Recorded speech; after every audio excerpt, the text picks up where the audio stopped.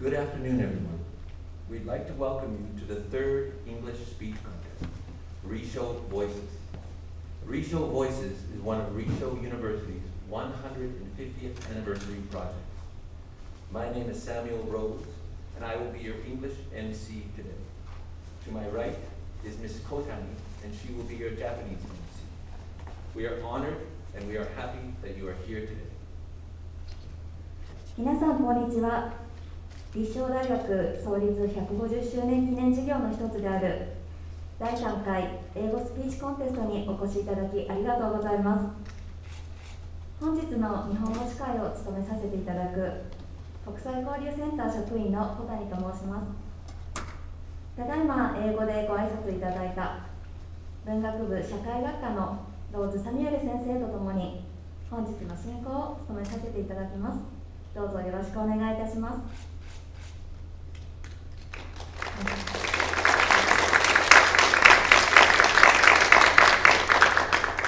なお、本日のコンテストは YouTube にてライブ配信を行っております。ライブ配信をご覧の皆様もどうぞよろしくお願いいたします。ライブ配信中に画面が止まってしまうと接続不良が発生した場合にはお手数ですが一度画面を閉じて再度接続いただくようお願いいたします。Before we begin, let me briefly go over today's schedule. First, the Director and the Center of International Exchange, Gary Dendon, will give us his opening address. He will then introduce our four esteemed judges. Next, Rissho University Vice President, Professor Takeshi Furuya, will provide some opening comments. The contest will begin after these groupings. After all 9 presentations are completed, there will be a special talk session with Mari Sekino and Rissho University graduates. After the talk session, the judges will announce the results of the awards. The judges will announce the winners and the award ceremony will be held. Finally, Center Director Dendo will make closing comments. The entire afternoon will wrap up around 5 p.m. So sit back, relax, and enjoy the show. 本日のスケジュールをご案内いたします。はじめに、伝道ゲイリー国際交流センター長より開会のご挨拶をいただき、センター長より審査員の方々をご紹介いたします。続いて、国際交流担当の古谷武史副学長よりご挨拶いただき、その後コンテストを開始いたします。本日は大学の部から8名、高校の部から1名がスピーチを行います。9名のスピーチ終了後、ゲストスピーカーの関根麻里さんと本学卒業生によるトークセッションを行います。トークセッションは午後2時50分頃開始予定です。トークセッション終了後、審査員による結果発表と表彰式が行われます。最後にセンター長より閉会のご挨拶をいただき、コンテストの終了は午後5時頃を予定しております。それでは伝道センター長から開会のご挨拶をいただきます。センター長よろしくお願いいたします。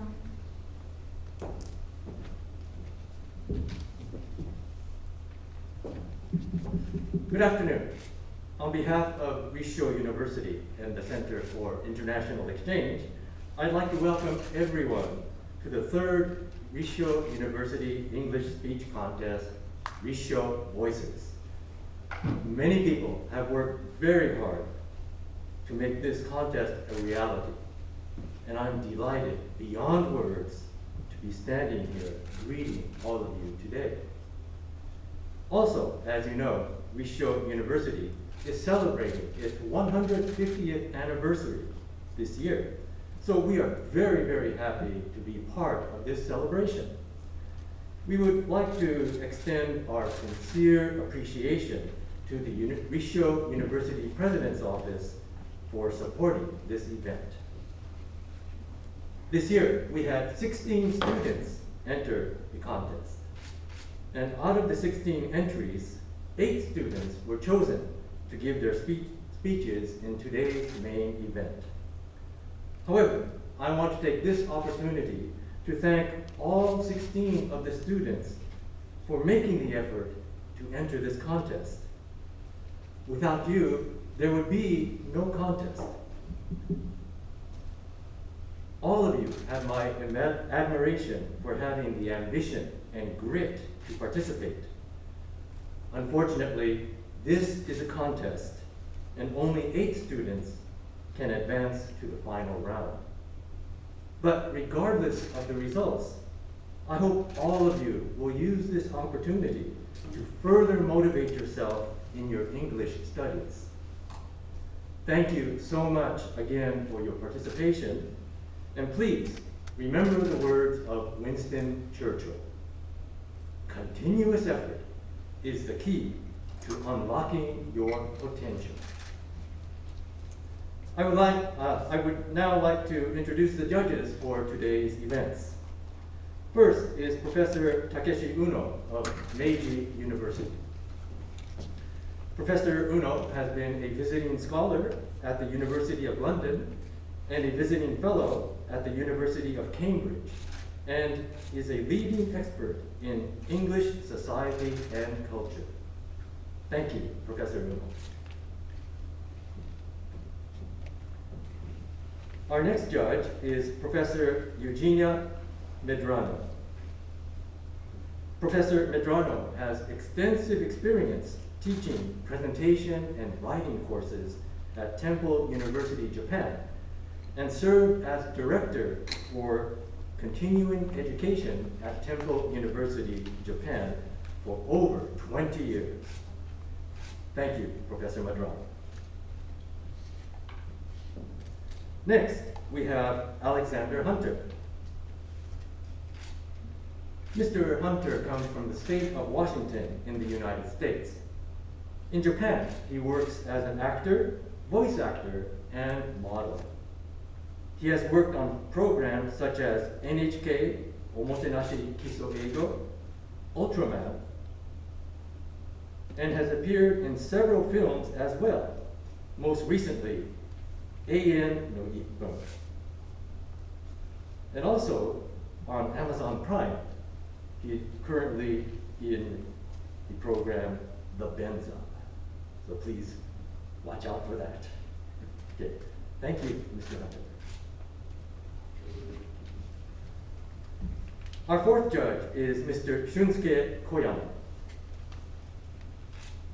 Mr. Koyama holds an MBA from Wake Forest University in the United States and has spent over 20 years working in the United States as vice president and president for Kobe Steel subsidiary companies.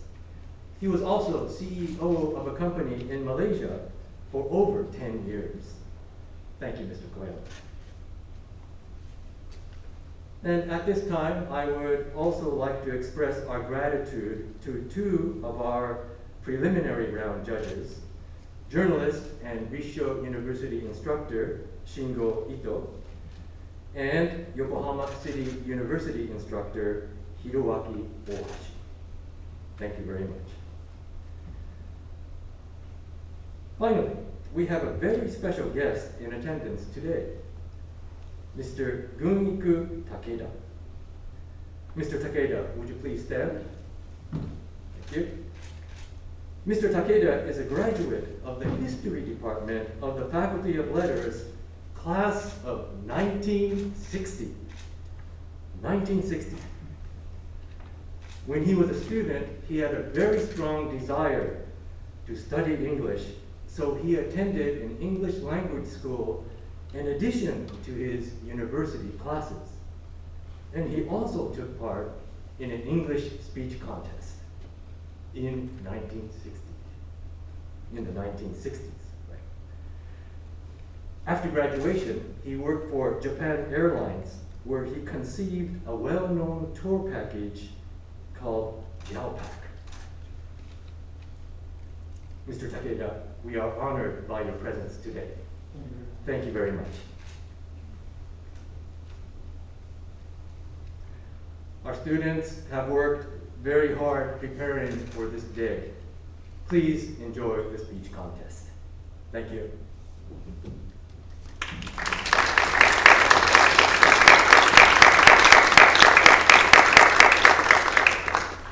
Thank you very much, Mr. Dendo. Esteemed judges and honored guests indeed.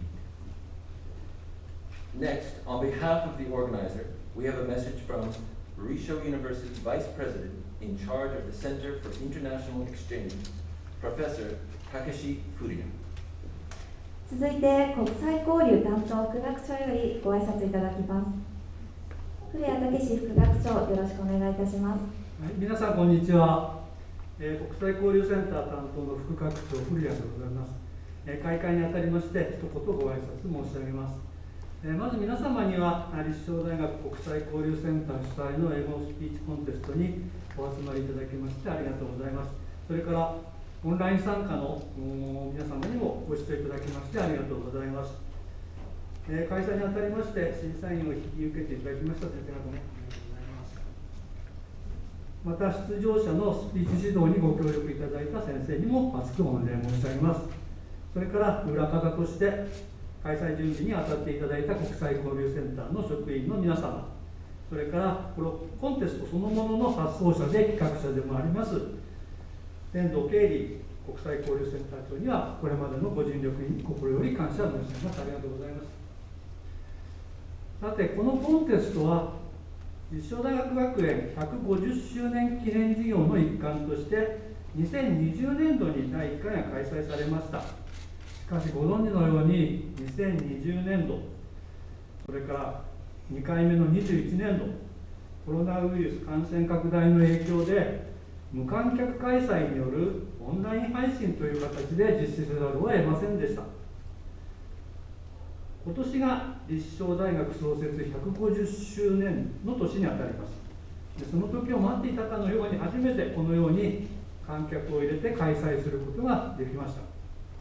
実は私の専門心理学なんですけれども、心理学の観点から見るとスピーチする人にとっては聴衆が目の前にいるのと聴衆なしでカメラに向かってスピーチするのでは全く条件が違ってきます。カメラに向かってスピーチするときはそれまで練習したものをただただ出し切ることだけ考えてやればいいんですけれども、目の前に聴衆がいるとどうしても聴衆のちょっとした表情とか動作とかが目に入ってきます。で聴衆の側からすれば何気なく無意識にしている表情とか身振りでもスピーチしている側から見るといちいち自分のスピーチに対する評価のように受け取られてしまいます。これは私たち教員が学生の前で授業するときも同じです。話のポイントに来るとうなずいてくれるような学生さんが一人でもいると調子乗ってくるんですけれども、ちょっと気の利いたジョーク言ったつもりでも首かしげられたり、あるいはしかめっ面されたりするともうかっこいいしちゃいますよね。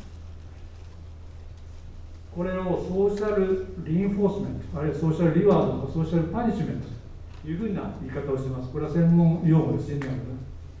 つまりスピーカーが上手にスピーチできるかどうか、聴衆の皆様次第ということでございます。今日はぜひ良き聴衆、良き聞き手となって出場者の最良のパフォーマンスを引き出すのにご協力いただければというふうに思います。今日は学部生が6名、院生が2名の8名の方がコンテストに出場します。コンテストではありませんけれども、付属高校の生徒さんがお一人チャレンジ参加されると聞いております。最後に出場者の皆さんのご健闘をお祈りいたしまして、私の挨拶とさせていただきます。皆さん頑張ってください。ありがとうございました。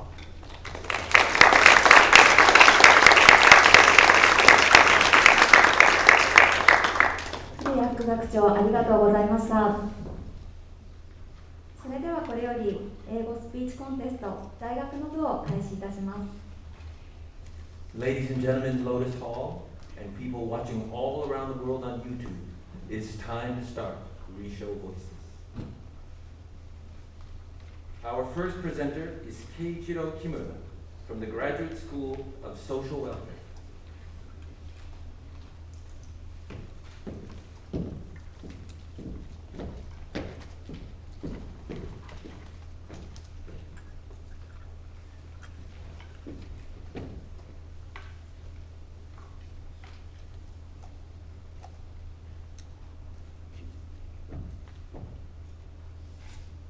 How to deal with bullying. Lessons from zoology. Please stop it! Someone help me! Please! Hearing such a cry for help, how would you react? Most of you are likely to say you'd go to help. However, it is never easy to put into practice when it comes to bullying. In fact, there are many cases at schools or workplaces where no one responded to a person seeking help, and the person ended up taking his own life. You may remember a recent case involving a junior high school student in Asahikawa in 2021. Frequently, the trigger for bullying tends to be a very selfish reason, such as disliking a person or disagreeing with them, trying to suppress someone or forcing them to do something. That is to say, exercising force against one who is either physically or socially weaker is a fundamental essence of bullying. Bullying is one of the serious ongoing social problems that our society faces. It can happen anywhere, anytime. Have you ever been a target of bullying or pretended not to see it? I have. We all know deep inside that nothing can justify bullying. However, the number of cases has only been increasing. Statistics issued by WHO in 2020 revealed that 49% of people have felt that they are being bullied. Yes, that's about half of the whole population. What makes this worse is that bullying is not unique to human beings. Let's take dolphins, for example. Dolphins look cute and very popular at aquariums. They are known for having high intelligence. However, did you know that they often hurt or pressure weaker dolphins when they experience stress or frustration? According to an expert, a group of dolphins may even abuse a baby dolphin. On the other hand, there also exists an animal that has almost no bullying in its community. The animal is the gorilla. Yes, our fellow primate that got separated from us human beings in the course of evolution. According to Dr. Yanagiwa, a famous anthropologist specializing in gorillas, their community have a tendency not to evaluate members based on physical strengths. As you probably know, gorillas are extremely big and strong. Their grasping power ranks at the top among all animals. However, they rarely wield this power and adjust their strength so as not to harm weaker individuals. Gorillas are generally pacifists, but they also have conflicts or struggles. Interestingly, however, they never try to resolve these by just overpowering their rivals. The top gorilla managing the group does not take sides or try to suppress either party, despite having enough might to do so. Moreover, what I especially want to point out is the role of child gorillas. It is they who intervene between adult gorillas when the latter begin to appear to pose. The adult gorilla also accepts their intervention without neglecting it. By respecting everyone involved, they can save face and they are therefore no losers. Neither seeking to settle dispute with violence, nor eliminating the opposing party, respecting the opinions of subordinates. Such an attitude among gorillas could help us human beings consider how to prevent bullying. There are always those with whom we cannot get along. So long as we choose to deal with those people through various forms of pressure, the essence of bullying will never disappear. Although we human beings currently rank top among the primates, we are never even to stop bullying. applying a zoological perspective to human society is not that something strange for most of you. Yet, remember that we humans are also animals. Zoology can help us overcome our subconscious stereotypes and give us some hint toward unexpected solutions. Being open-minded creatures who respect everyone in their community, I believe that gorilla will welcome our willingness to learn from them by saying, "Oh, oh, oh." Thank you for listening.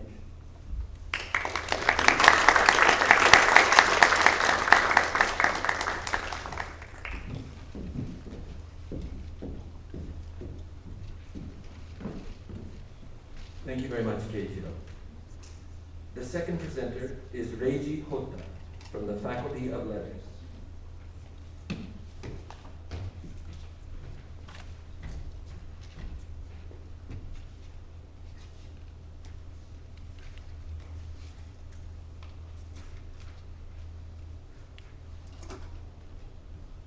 Engage with students.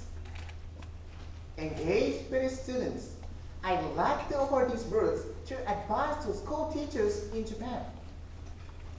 Keeping up with the pressures of study is challenging for many students. This is especially true regarding English studies, and some students are struggling with keeping up with the classes and lose motivation to study. Why are such problematic things occurring? In my speech today, I will make some proposals to change our approach to education to address struggling students and lack of motivation. In conventional education, students have to understand only teachers' oral explanation and notes, so they struggling with memorizing grammar and sentences and make their knowledge in communication. I think the first step in dealing with this problem to change our approach to education. I think the first step in dealing with this problem begins with teacher education class in university. In current classes, education course teachers tend to teach students how to write words and sentences on the board, talk to students clearly, and make a teaching plan.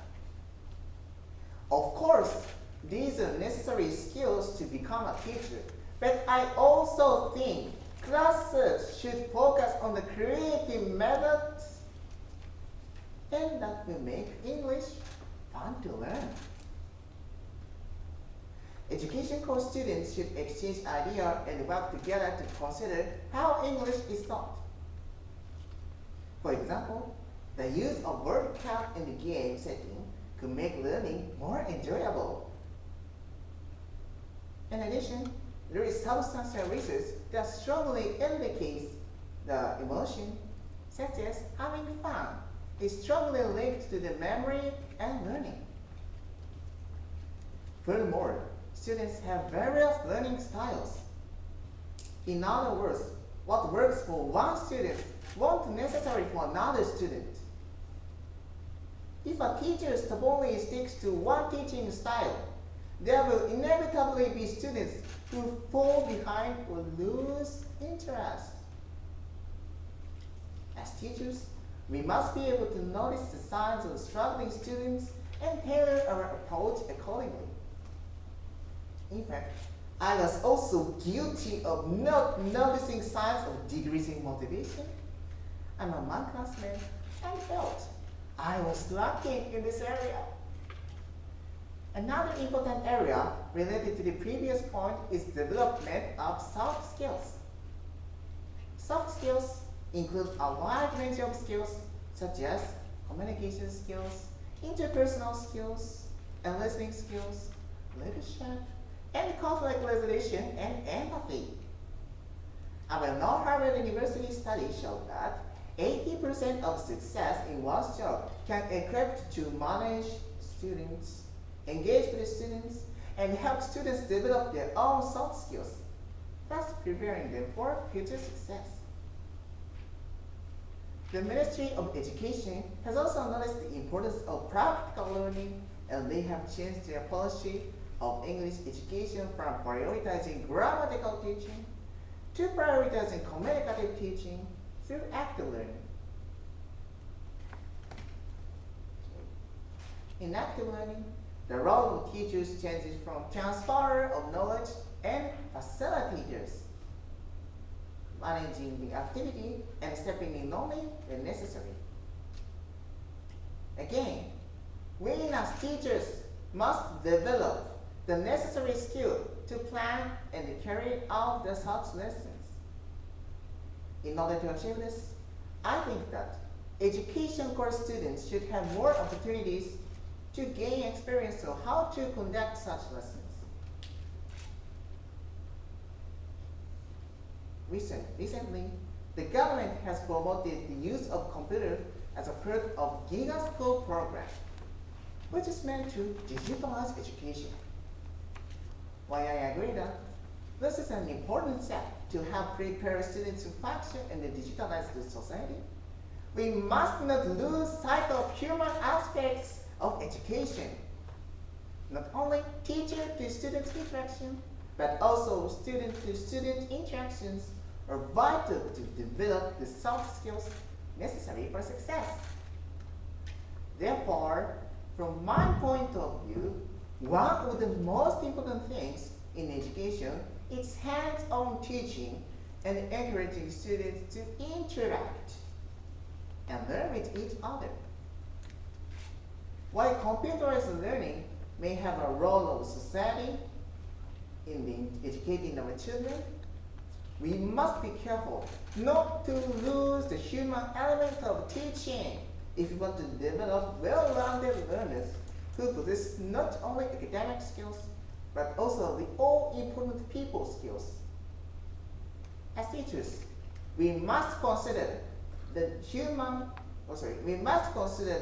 purpose of education, how to better prepare ourselves to meet these challenges, and how to tailor teaching to match the needs of each student. Thank you.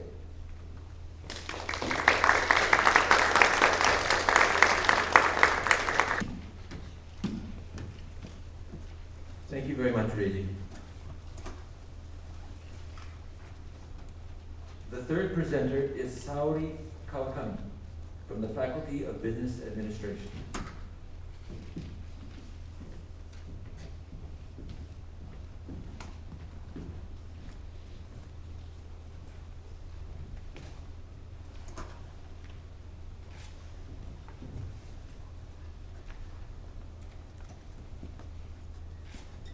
Current status of small and medium-sized businesses in Japan.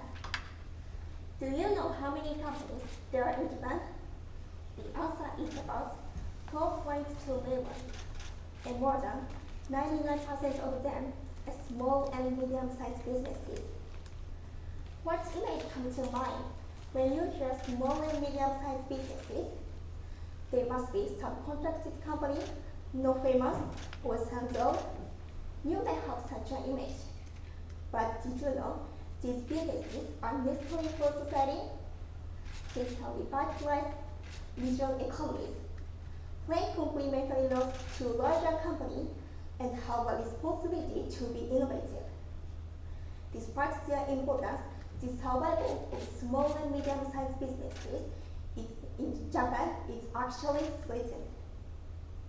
There are many reasons, such as the surveillance of shopping streets, the excessive workload of subcontractors, and lack of human resources to attract successors to continue the company. These problems are the result of a declining birth rate and aging population in my country. It will take time for us to stop declining birth rate and aging population. Then, what should we do to make this situation better? To solve these problems, I believe that globalization of human resources can be effective. Hiring people from overseas will greatly increase human resources, help companies obtain new perspectives, and lead to further innovation. Not only human resources, but also work style can be globalized.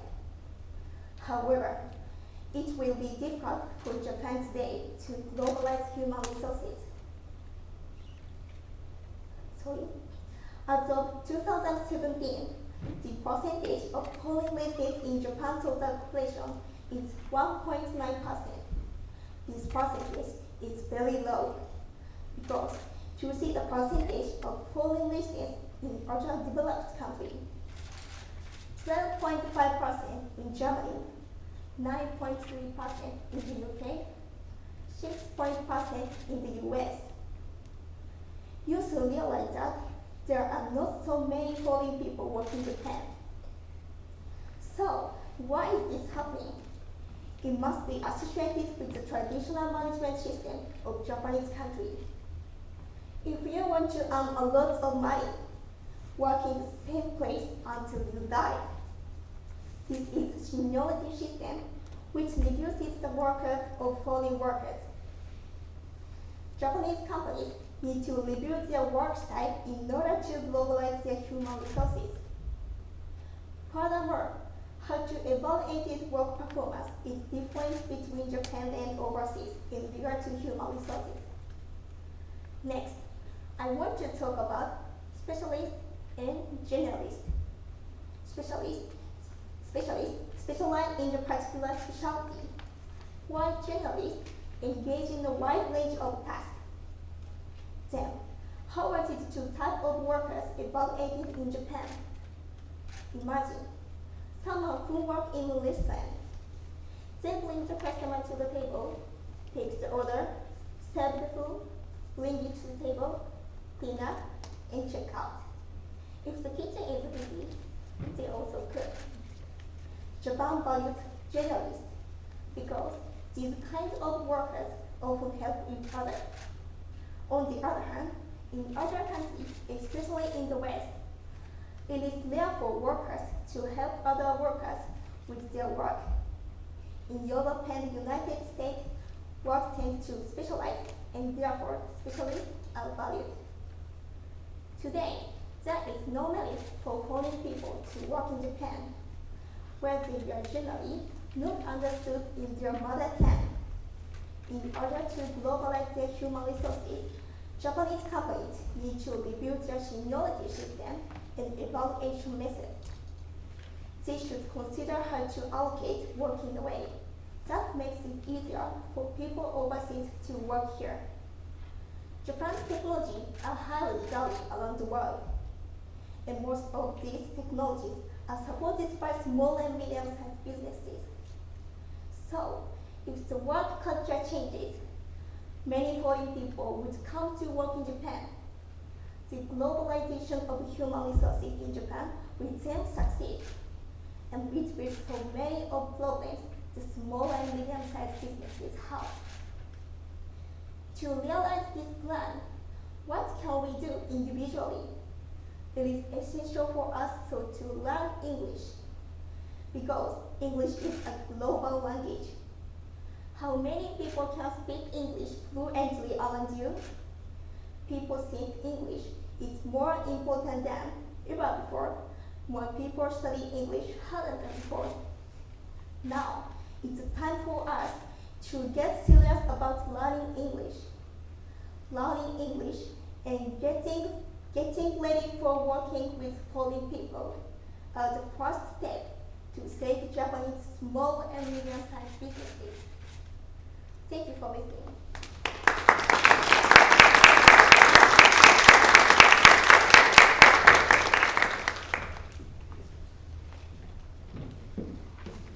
Thank you very much, Sawa. The fourth presenter is Mei Kawasaki from the Faculty of Letters.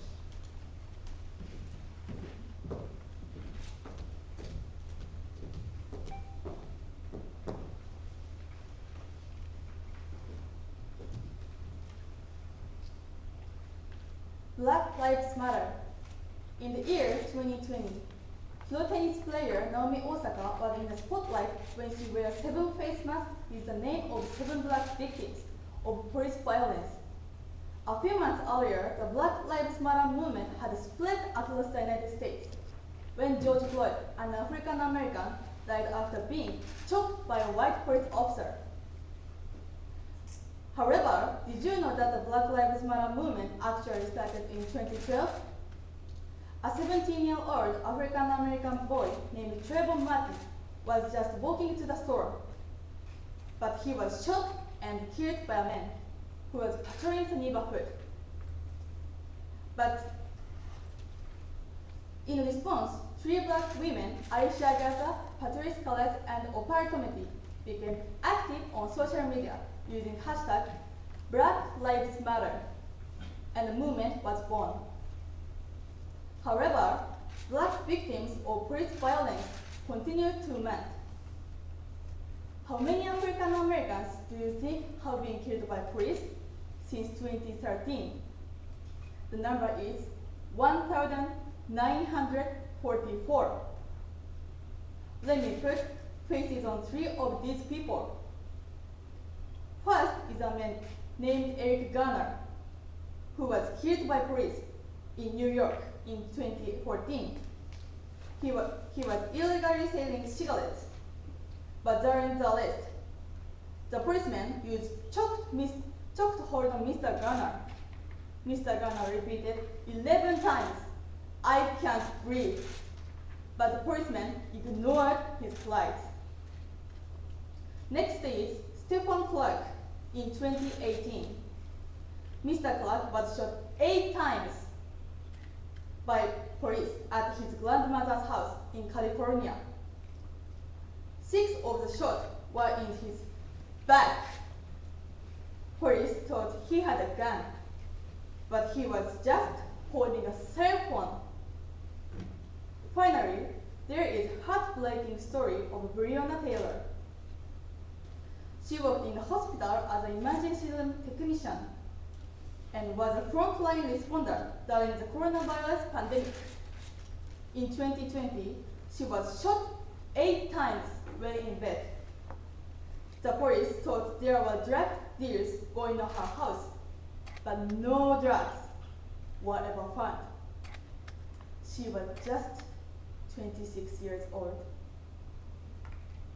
The Black Lives Matter movement gained momentum following the George Floyd incident. Let me return to Naomi Osaka. I'm proud of her support the Black Lives Matter movement. But did you know that there were other athletes to stand against discrimination and violence? In 2016, professional American football player Colin Kaepernick refused to stand up during the singing of the national anthem before games. Instead, he took a knee to protest police violence. He said, "I can't respect your country where of discrimination against people of colors." Mysteriously, no team would hire him after the 2016 season. Another famous protest took place 54 years ago at the 1968 Mexico City Olympics. Track and field athlete Tommy Smith and John Collins won the gold and silver medals, respectively. When they went to the podium to receive their medals, they wore black gloves on their right hands and black socks. Black socks represent poverty and black gloves represent freedom from discrimination.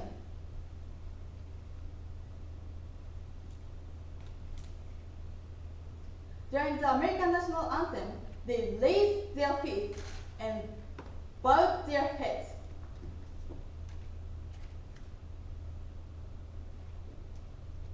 This protest effectively ended their track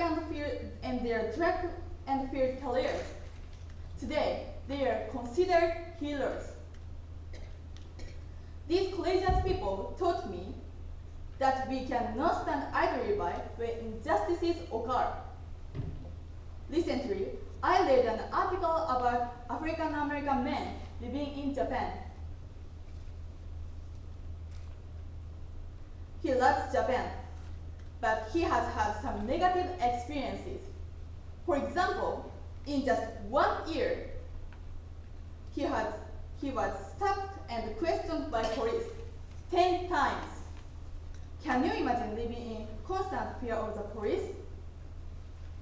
Currently, there are 5.8 million foreign people living in Japan. I feel need to be more aware of discrimination that happens right here in our backyard. We as global citizens have a responsibility to speak out and work together to increase education, awareness, and understanding to create a world free of discrimination. Thank you.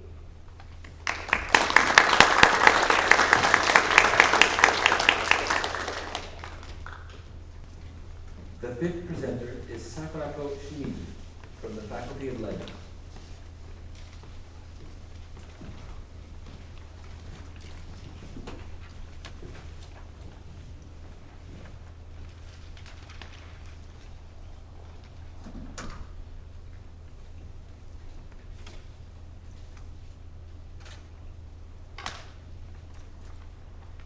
Love and accept yourself. Today, I would like to talk about how we view ourselves. This is not used to me being selfish or narcissistic, but to me, love oneself. However, sometimes it is difficult to do because we are bombarded by a variety of advertisements that focus on one's physical appearance, such as losing weight and cosmetic surgery. When I see such advertisements, they make me feel inadequate and negative about myself. I also felt pressure to chase unattainable standards set by companies and the fashion industry. When I was 9 years old, some classmates teased me about my weight. I was shocked because I had never been criticized about my body before. In addition, I place great importance on the opinions of others because, like everyone, I wanted to be liked. Some people try to console me by saying, "You are too sensitive, just ignore them." But it happened when I was so young, and I can never forget those words. Whenever I saw slim people, I was filled with envy. I saw a TV program that showed the process of losing weight and becoming happy. It made me feel that we should all try to become slim and beautiful. But after a while, I began to wonder if it was really the right thing to do. At the time, I happened to come across some people on the internet who were bigger than me, but were very self-assured of themselves. They use the term body positivity to describe themselves. Body positivity is a movement that promotes the idea that plus-size bodies are also beautiful.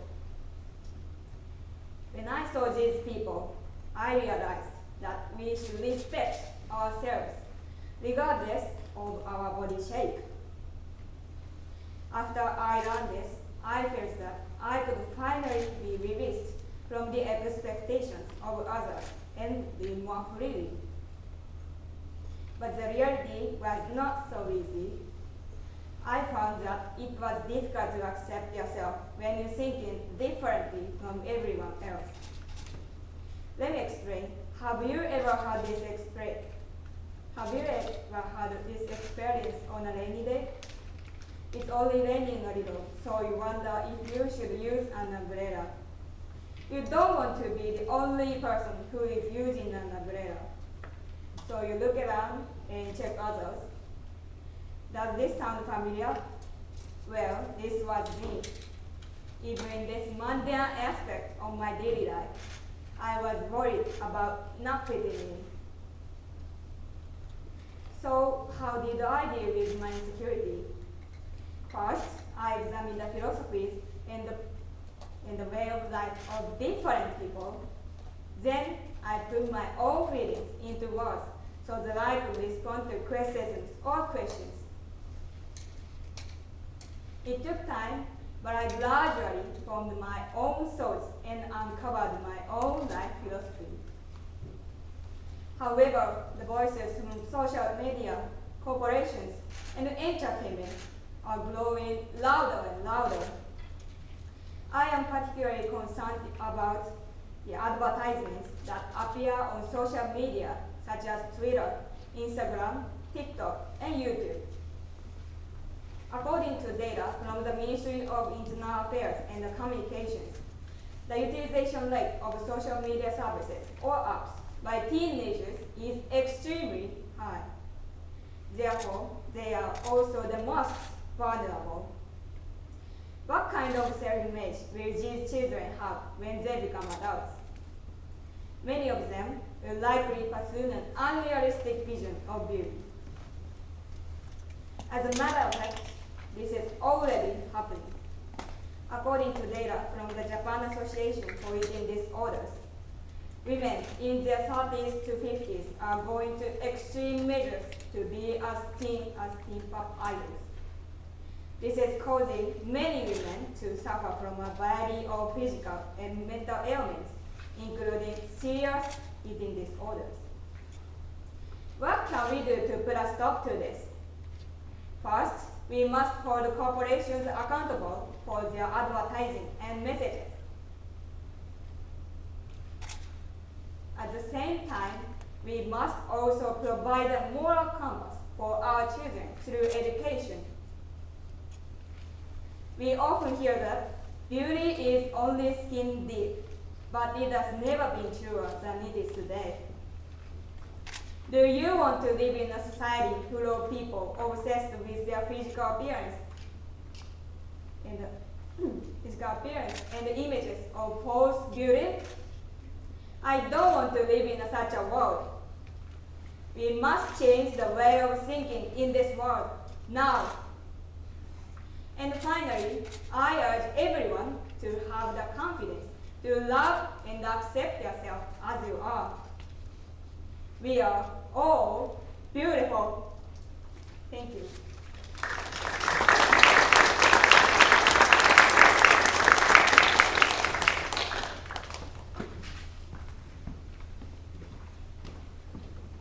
Thank you very much, Sakura.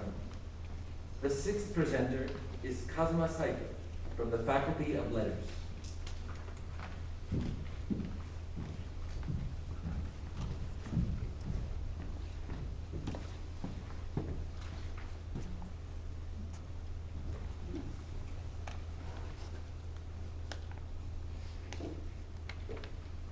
The curse of educational poverty. Japan is known throughout the world for its superior technology and high-quality medical care. Japan is also praised for its safety and polite national character. Furthermore, Japan's traditional culture and cuisine make it a must-see destination for tourists. However, today I want to address a serious issue that we cannot take pride in. This issue is educational poverty and its effects on children. Poverty is caused by a number of complicated factors, one of which is the economic situation of a family. Depending on their parents' income, the home environment of children varies greatly, as well as access to educational opportunities such as having personal tutors and attending cram schools. These inequalities ultimately affect the schools and universities children are able to attend. In addition, children from low-income households often become target of bullying, resulting in low self-esteem and loss of motivation. Of course, there are no quick fixes for this situation, but I think it begins with improving the quality of compulsory education.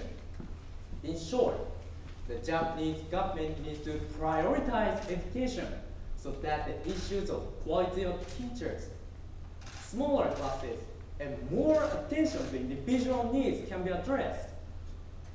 Furthermore, there will likely be significant difference in the ability levels that teachers also have to deal with. Under these circumstances, slower students will eventually fall through the cracks if they don't receive the attention they need. The Japanese government is supporting education in developing countries, and while that is an important international contribution, I think the government needs to focus more on problems that students face in Japan. Some local governments have been conducting programs to help children of lower income families. A good example is a free cram school run by the Adachi World Office, which provides instruction to help students pass entrance examinations. As a matter of fact, this program has notable achievements of students gaining entrance into respected institutions.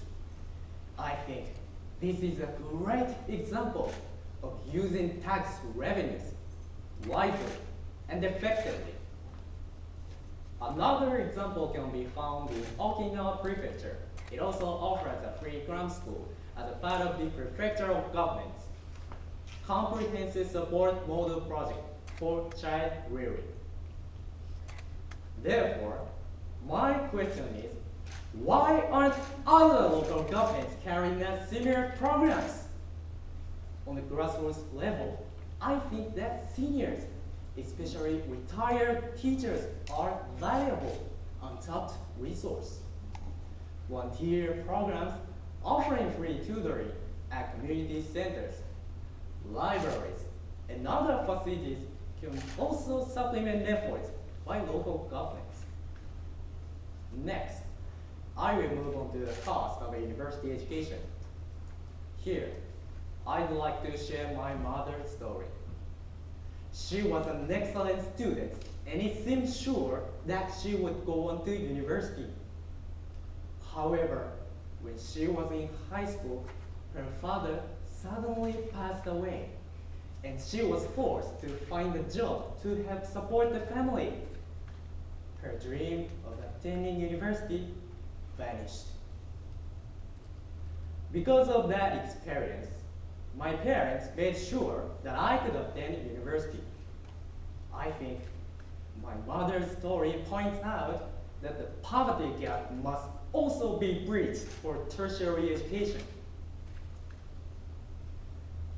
Of course, lowering university tuition is not an easy task, but I propose that universities be run more like a business.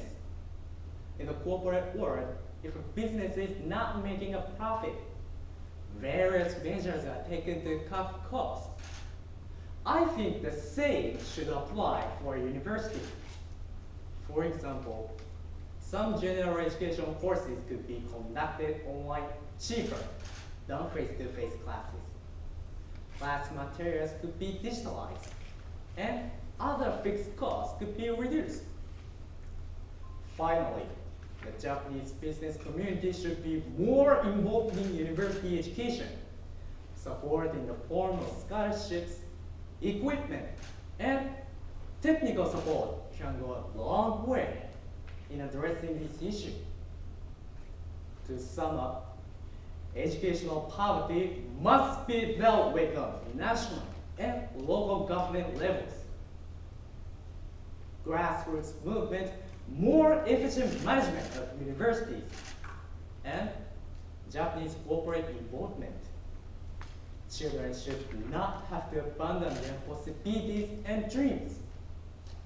By working together for creative measures, we can steadily exorcise the curse of educational poverty. Thank you.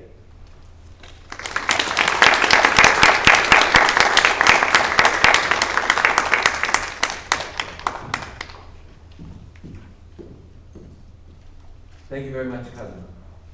The seventh presenter is WANYING. from the Graduate School of Economics.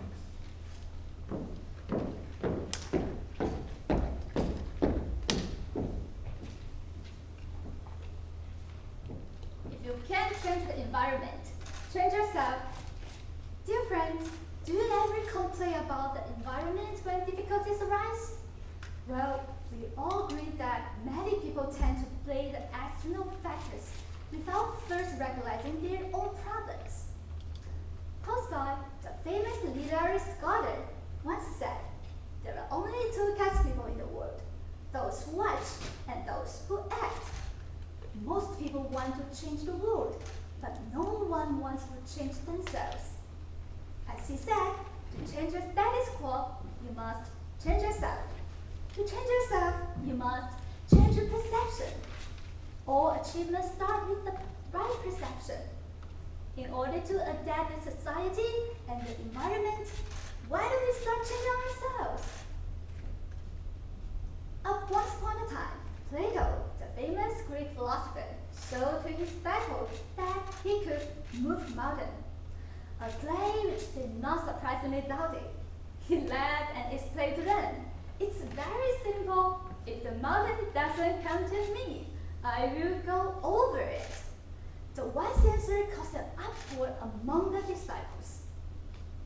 See, just like in order to get across a river, we don't have to suck out every drop of water. We use a boat.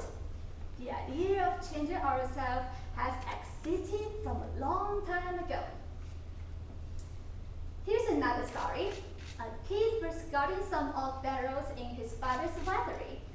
He cleaned the barrels and placed them neatly in rows every morning, just as he was told. But overnight, the wind blew the neatly arranged barrels over. Upon seeing this, the little bird cried in frustration. But however, he was inspired by his father. He felt a smart idea came to him. He filled all the empty barrels with water. The next day, just after dawn, the little boy got up in a hurry and checked the barrels and saw that they were all neatly arranged one by one, none of them blown down in the wind. Yes, the boy and his father were glad to see the result. The boy said, to keep the barrels from being blown over in the wind, we must add weight to the barrels. Yes, we human beings are not able to change the wind. At least, there are lots of unmatchable forces we are too weak to challenge directly. But, however, when we're facing things like disasters and nature, at least we can weigh ourselves with water to withstand defeat, to survive. Here's another story. In the basement of Westminster Abbey, a certain tombstone has a quote written on it. When I was young and free, my imagination had no limits, and I dreamed of changing the world.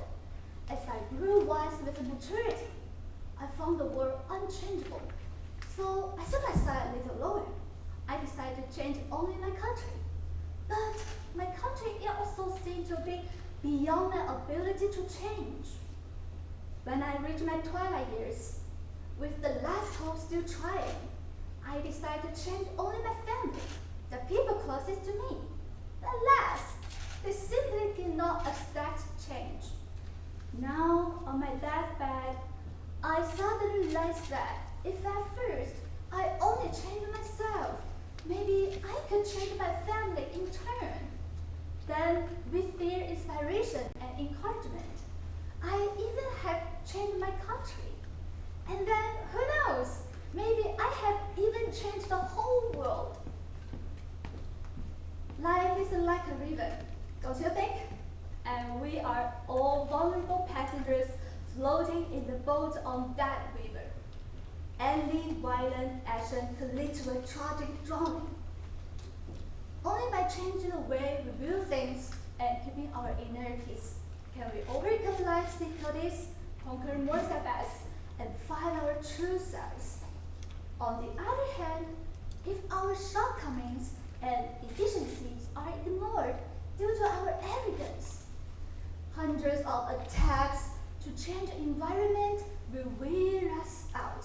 In this way, our problem will still remain unsolved. That is absolutely unwise and short-sighted. Put simply, although we are unable to change our environment, by positively changing ourselves, we will become better people. And with that, my dear friends, any violent action will and all the storm will essentially vanish because of the love and wisdom we have inside all of us. Thank you.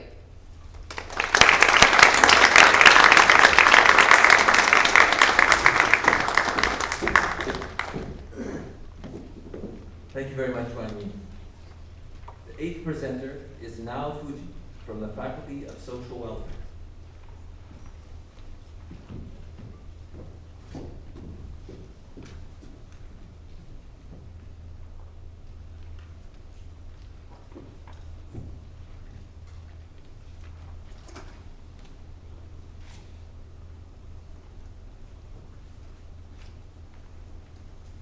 A bridge between children and the future.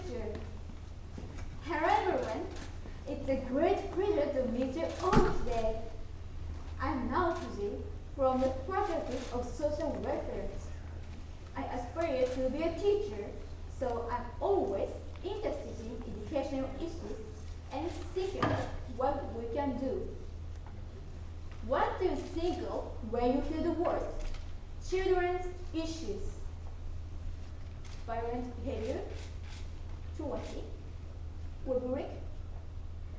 You have probably heard about these problems in the news. In our society, people say that children's issues arise because children are mentally and physically weak when parents aren't well trained. Is it true that only the children or the parents are the cause of the problems? I think two major social changes in a society, nuclear family and declining birth rate, have also had a negative impact on children and their parents. First, let us focus on the nuclear family. In the past, many children lived with their parents and their grandparents in a country. However, in 1955, just as Japan entered a period of rapid economic growth, the number of such households began to decline and the number of nuclear families increased. With this change, parents looked the environment to immediately ask for advice about raising their children. They suffer from anxiety and stress, and their suffering affects the children's daily lives and mental and physical health. Let us also consider the declining birth rate. In recent years, with the declining birth rate, opportunities for children to get involved with the community have also decreased. Under these circumstances, what happens to children who have lost their place both at home and in the community? I know a 12-year-old boy who met with no pain because he was so stressed. One 13-year-old girl attempted to use violence against a classmate. The children you have seen and heard about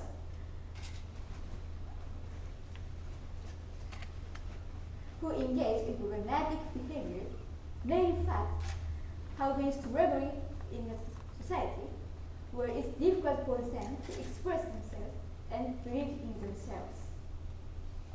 I participate in volunteer activities in my hometown that involve junior and senior high school students who suffer from poverty, truancy, and so on.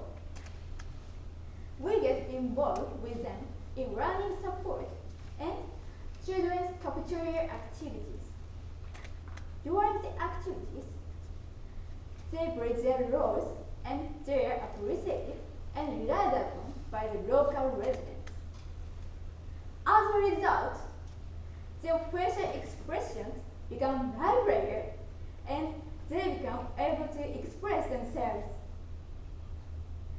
Through my encounter with these children, I have learned that they can live their lives as they are through cooperation between homes and communities.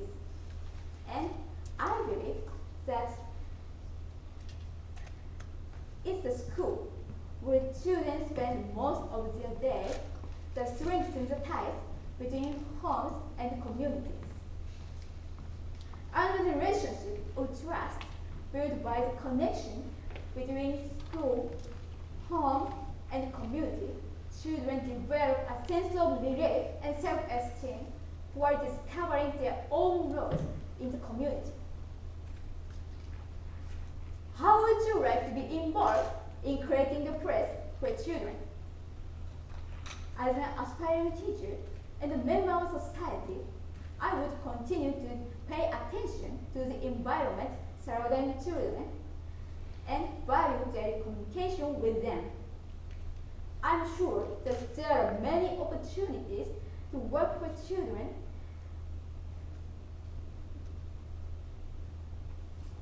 in need.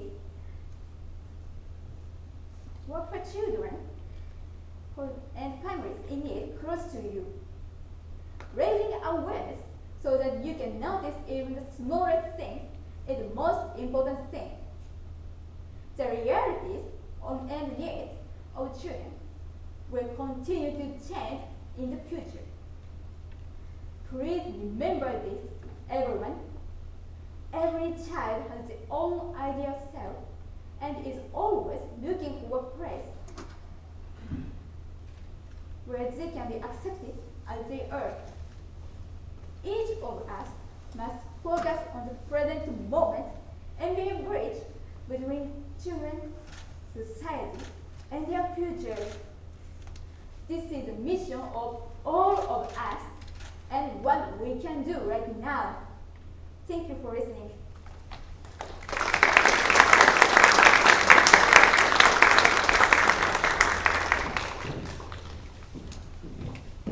Thank you very much now. 以上で大学の部8名のスピーチが終了いたしました。続いて高校の部に移ります。本日は立正大学附属立正高等学校を代表して信長果歩さんに発表いただきます。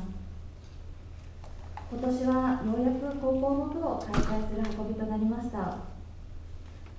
過去2回のスピーチコンテストはコロナ禍により大学の部のみ実施いたしましたが、この度立正高等学校の先生方にもご尽力いただき、信長さんがチャレンジしてくれることになりました。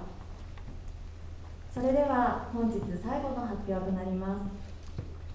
And last, but certainly not least, our ninth presenter, Kaho Nobunaga, representing Rissho Senior High School.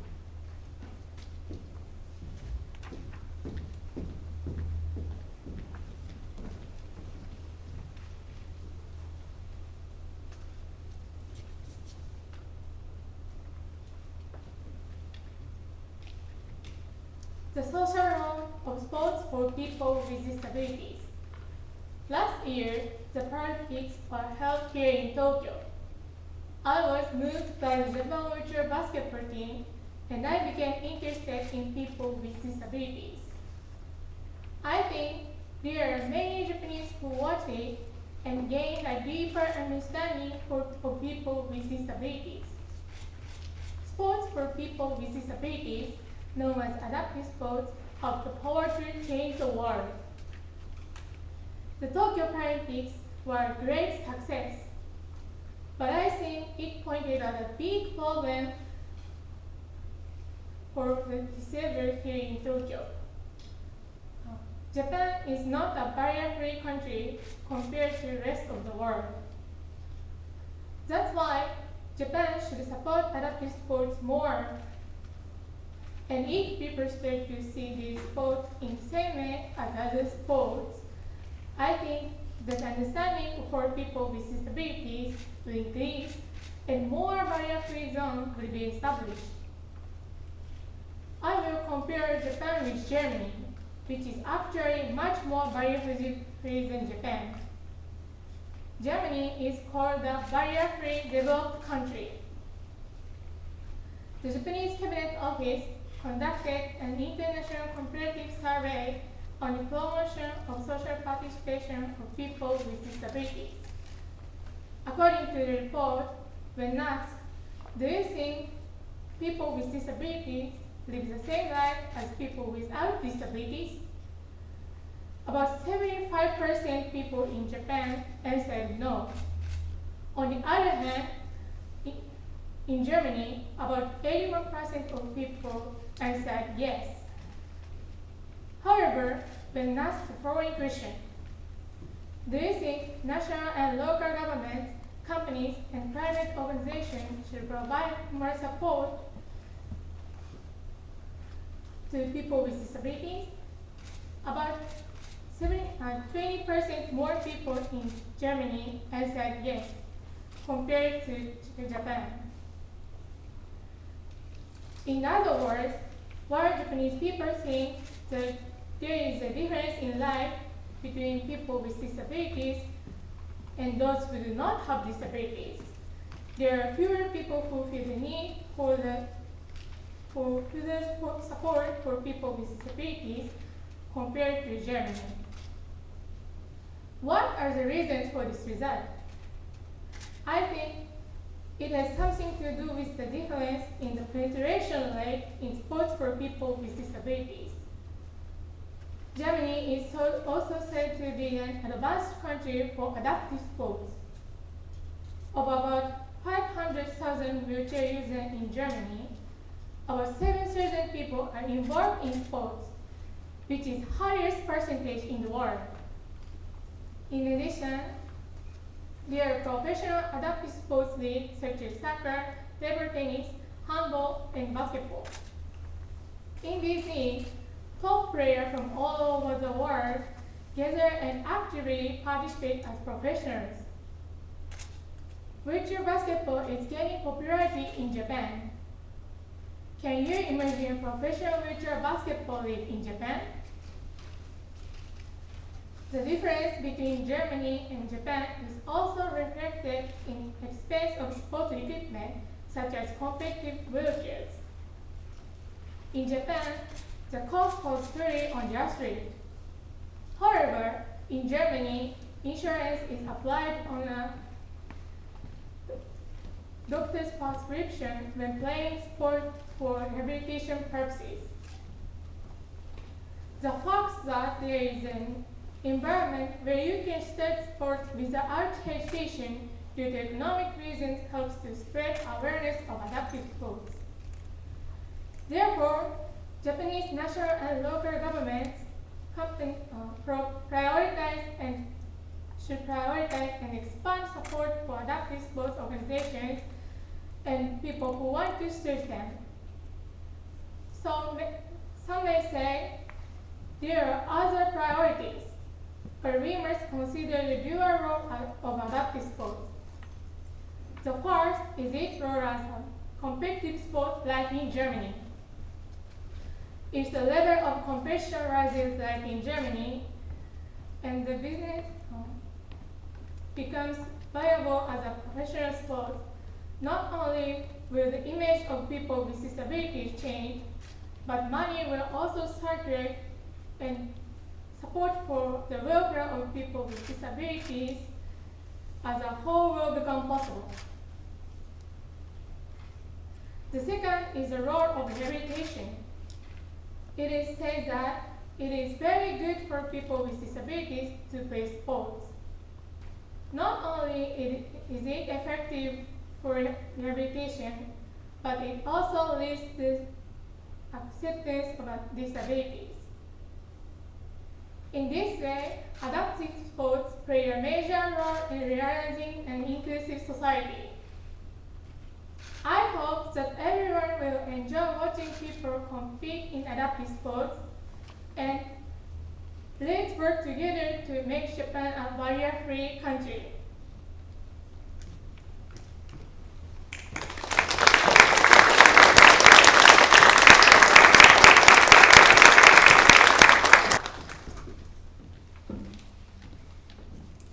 Thank Thank you very much, Kaho.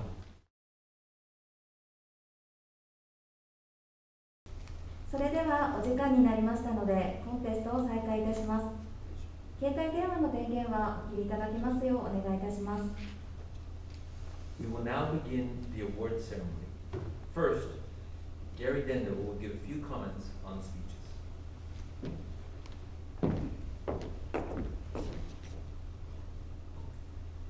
All right, so this is a speech contest, but I must confess I was left speechless by the quality of the performances here today. Let me just say how proud I am to be an instructor here at Rissho University. All of our presenters here today embody the spirit of our motto, moralist times expert.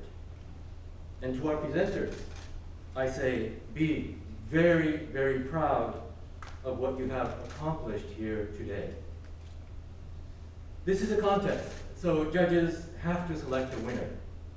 And let me tell you, it was a very, very, very difficult task. But please remember, no matter where you finish today, you are all winners. We will now proceed to the awards presentation.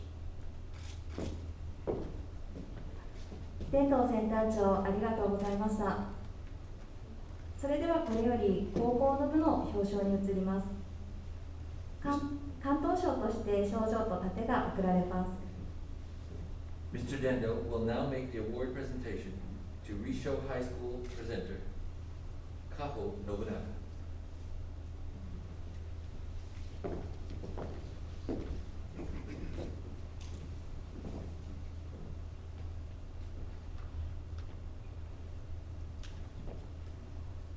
Kaho Nobunaga.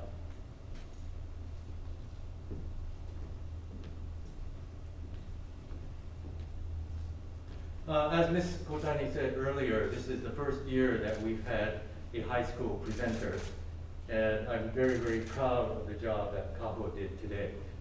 The fantastic job. And I hope that her performance here today inspires other students to join our contest next year. Great job. Rissho University Certificate of Commendation, Recognition of Excellence. This certificate is awarded to Kaho Nobunaga in recognition of final round participation and excellence in the third Rissho Voices speech contest, held on November 12, 2022. President, Rissho University, Eiichi Terao. Director, Center for International Exchange, Gary Dendo. Great job. Congratulations.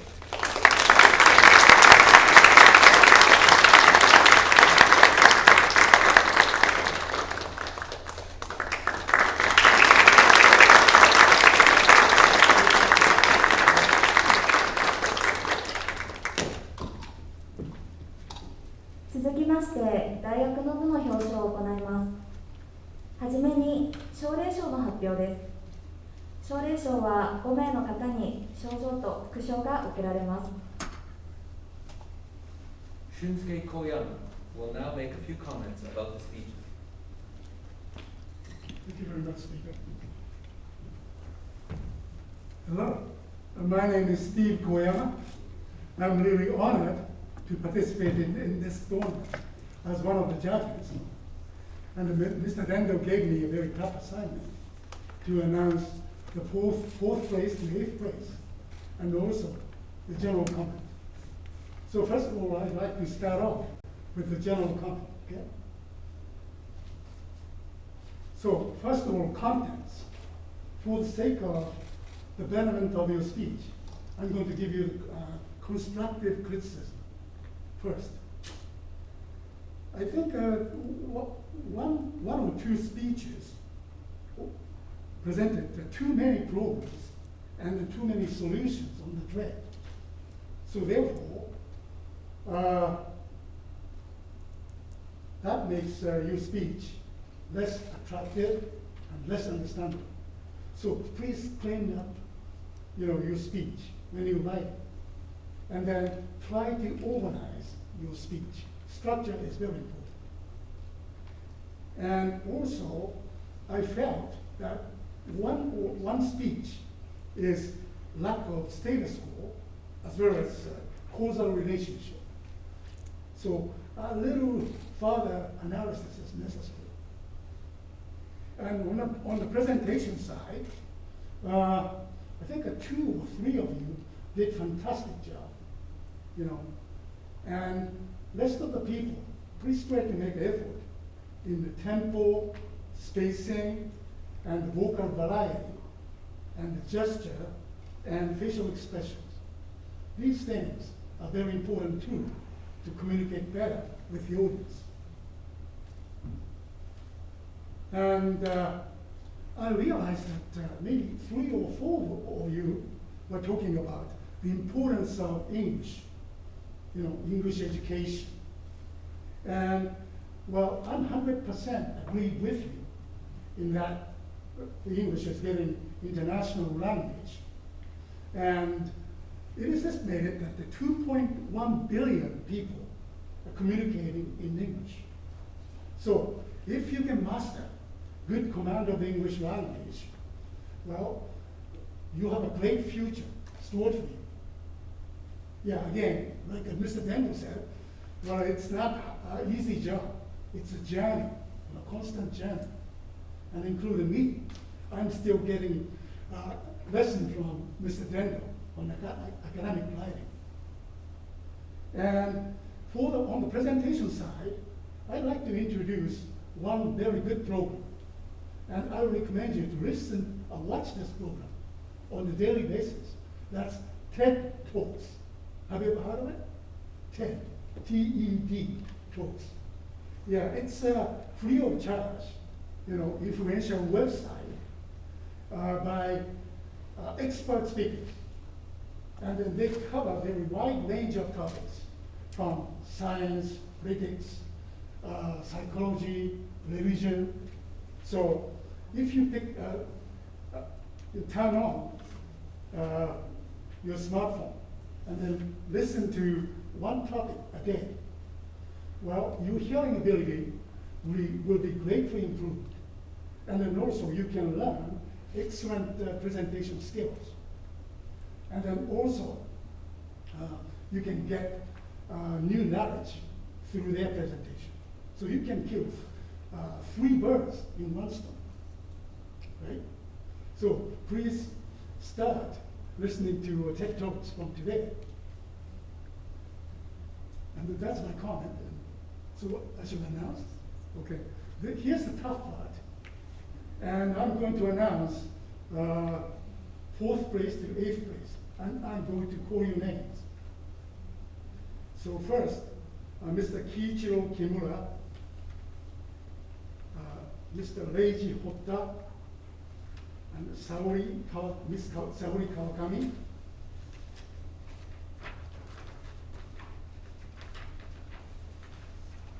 And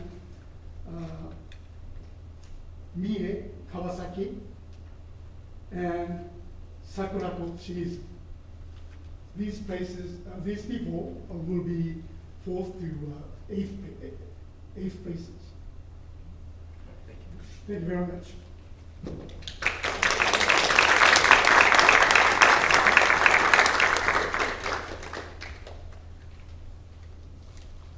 Mr. Dendel will now make the awards presentation.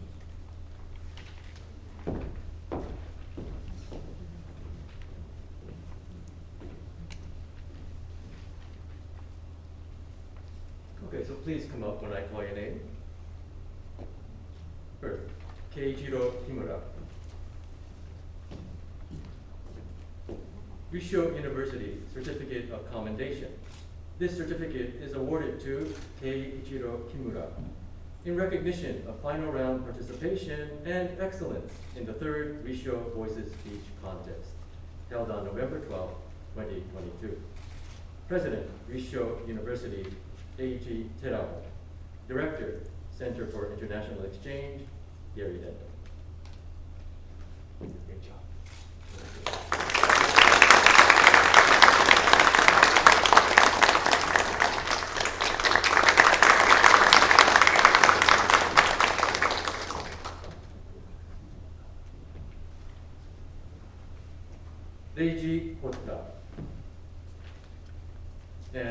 because of time considerations, 以下同文。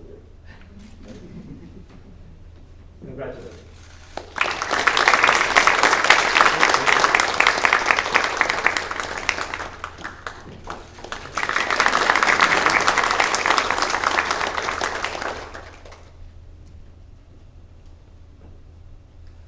Saori Kawakami. 以下同文。Congratulations.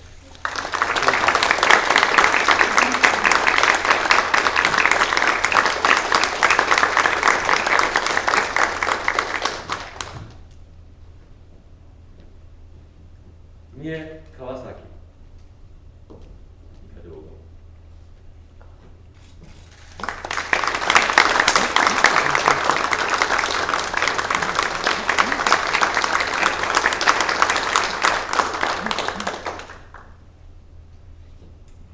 Sakurako Shimizu. 以下同文。Congratulations.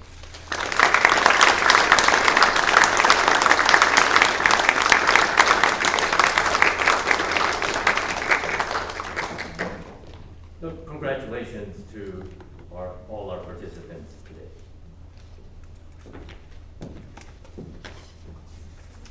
続きまして3位から1位の発表に移ります。 Model Alex Hunter will now announce the third place winner and make the awards presentation.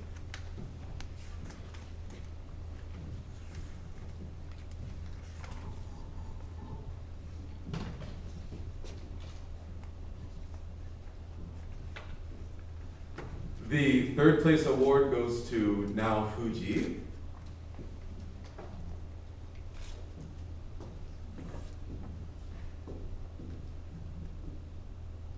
Educators, like teachers and coaches, they can be very impactful to the growth of children and young adults.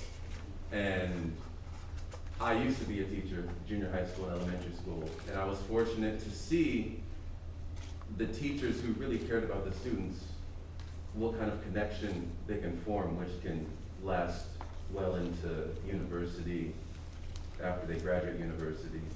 And so I wish you luck in achieving your vision, and congratulations.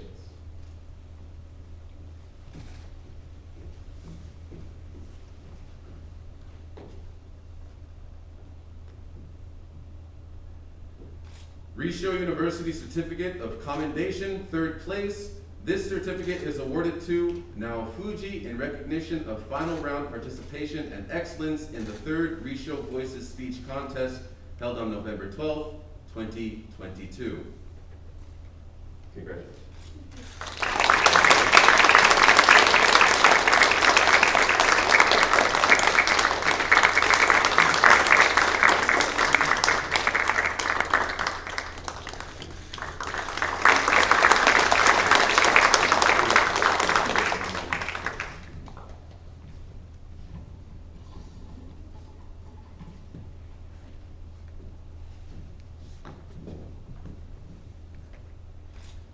本日はスピーチを聞いていただきありがとうございました。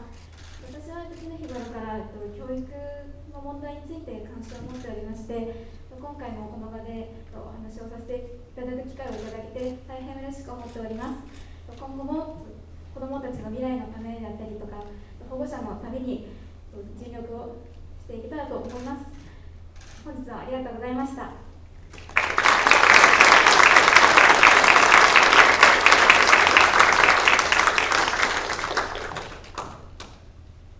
Professor Medrano will now announce the second place winner and make the awards presentation. The second award winner goes to Mr. Kazuma Saito.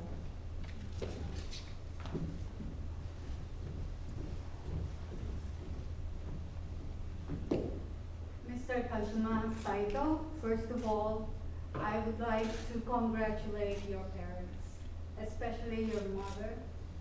You mentioned that she did not have, she missed the chance to have an education. And yet, both your father and your mother made sure that you would have a good education. So congratulations to them. I also want to congratulate you because you objectively assessed the strengths and weaknesses of Japan. There is a TV program called Cool Japan, and they always talk a lot about everything that is cool about Japan. You have dared to say not everything in Japan is cool, and this is about the issue of educational poverty. So congratulations to you for that. And lastly, I was happy to find out that there were cram schools that are being offered freely by the government. I have to make sure my school has those cram schools, not necessarily for me, but at least for the children in my community. And I was also glad to find out that there are programs which take advantage of retired faculty to teach the younger generation, so that's good.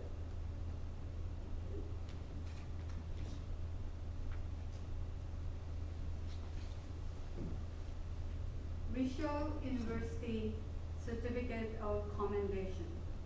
This certificate is awarded to Kazuma Saito in recognition of final round participation and excellence in the third Rissho Voices speech contest held on November 12, 2022. Congratulations.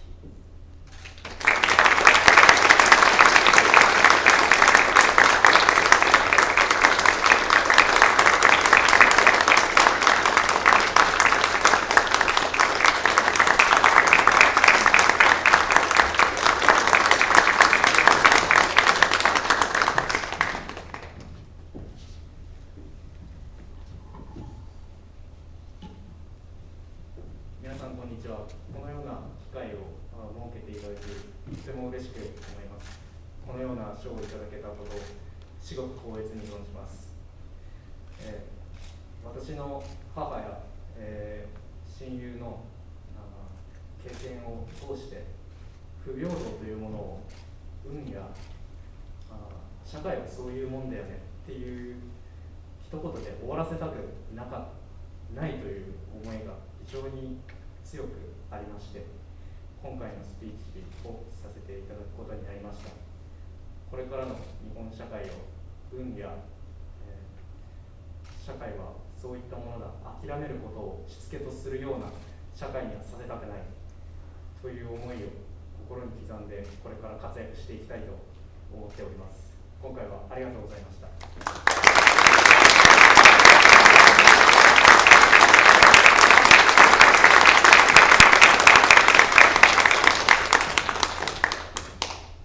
Professor Uno will now announce the first place winner and make the awards presentation.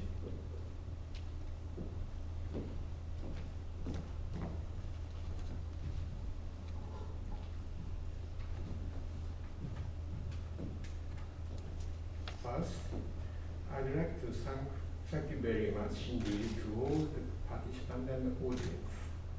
I'm very much interested with the enthusiastic speeches on various topics. For instance, dream, educational methods, Japanese business, racial or racialism, real beauty and false beauty, educational poverty, environmental issues, and children and society.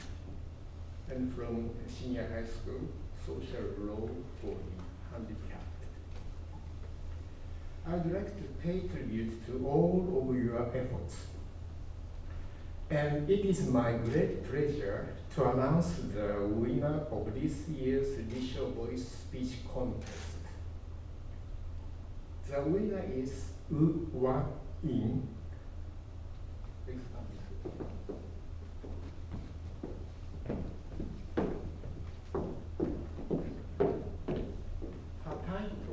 Her speech title, If You Can't Change the Environment, Change You.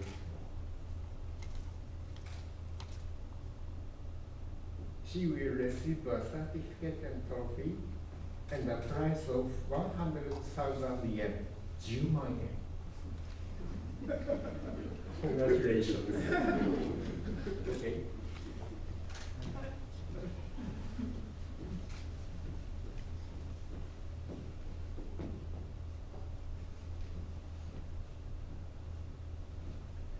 Rissho University certificate of commendation, first place.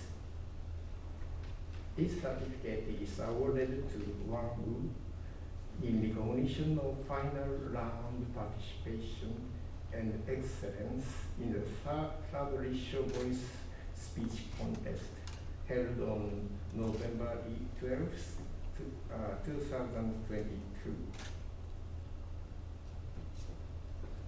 Congratulations.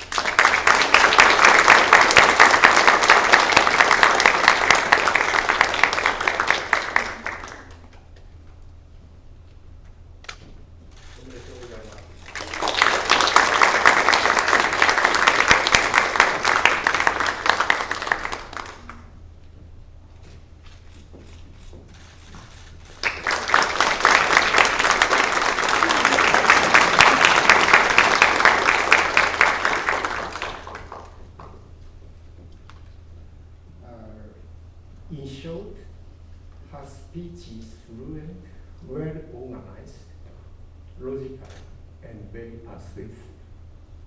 In my opinion, really splendid. Congratulations on winning the first prize.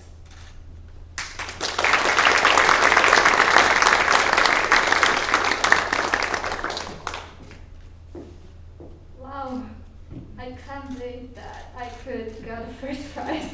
Yeah, I got a 10万円. But actually, I'm so happy to get the first prize. And first of all, I want to thank my Professor Kubo, Mike. Even though he may be not in here, and I can wish my happiness to Mike. Yeah. And secondly, this contest I feel at the beginning I feel so hard to remember the script and practice pronunciation or so on. But when you did it, you tried it, and at the end of you win at the end. And there's a saying going in my heart: don't do it or do it best. And this for me, and this for all of you. Yeah, thank you.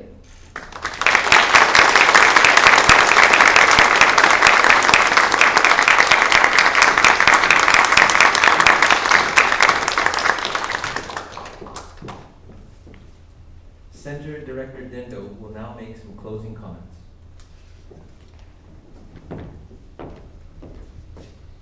Okay, thank you very much. This will conclude the third Rissho Voices speech contest, and I would like to thank some people. First, I would like to thank our special guest speaker, Mari Sekine, as well as our graduates, Kanae Kikuchi and Takuo Takahashi, for your very informative and entertaining program today. I would like to thank our judges again for all your conscientious efforts. Tough job. Yes. And special thanks go out to Mr. Kurita and Mr. Sakawa of the Rissho University 150th Anniversary Department. Your assistance is deeply appreciated. And finally, I would like to thank the staff of the Department of International Exchange for their supreme efforts in holding this contest. This event took months of planning and involved a tremendous amount of time behind the scenes. And I'm truly grateful for all their hard work. As Center Director, I just have to come up and say a few words at the beginning and at the end of the speech contest. So all the hard work is really done behind the scenes. And I can't express how much I appreciate all the hard work that went into this. Okay, and I'd also like to thank Professor Sam Rhodes for his English assistance today, Ms. Kotani. Thank you very much. And finally, I would like to thank all of you present here today, as well as those viewing the live stream. I hope our students have moved, inspired, and informed you in some way. We truly appreciate your support. Thank you, and hope to see you again next year. And please, let's have one final round of applause for our presenters today.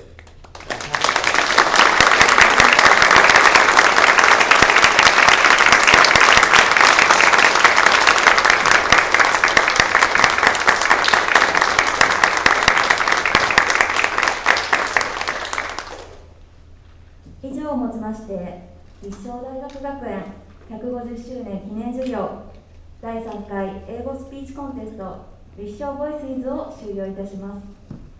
最後までご観覧いただきました皆様、ありがとうございました。来年も実施予定ですので、ぜひまたご参加いただければ嬉しく思います。最後になりますが、プログラムと一緒にアンケートをお渡ししております。次年度の参考とさせていただきますので、ご協力のほどお願いいたします。本日は長時間にわたりご観覧、ご視聴いただき誠にありがとうございました。Thank you for coming and have a pleasant evening.